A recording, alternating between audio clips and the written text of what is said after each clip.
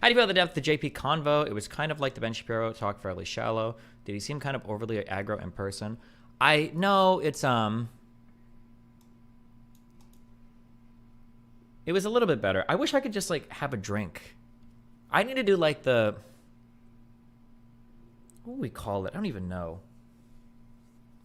It needs to be like the 2 Shots podcast, where like you show up, you have 2 shots of some liquor, and then you go. Just get somebody to calm the fuck down, and let's just like have a conversation.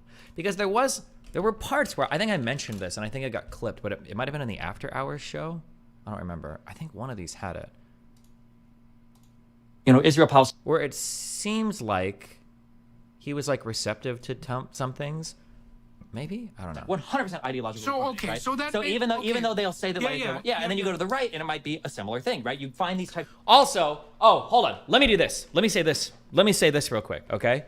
Okay, hold on. I'm not dick riding. Peterson is crazy, okay? But in terms of temperament and demeanor, there were 2 things that Jordan Peterson did that I super appreciated. And I cannot find anybody that can do this. There were 2 things that he did. I think I mentioned at least one of these beforehand.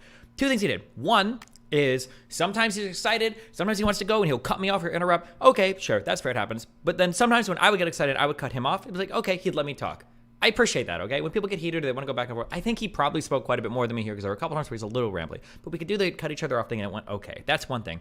But the second thing that was really nice is I almost thought we were going to fight halfway through. But he was able to scale up really heavy and then he was able to like come back down. I appreciate people who can do that. The idea that being able to go hard and then be like, okay, we disagree, I understand. I really appreciate that. JB seemed very suspicious of the idea that force is needed in some form in all societies.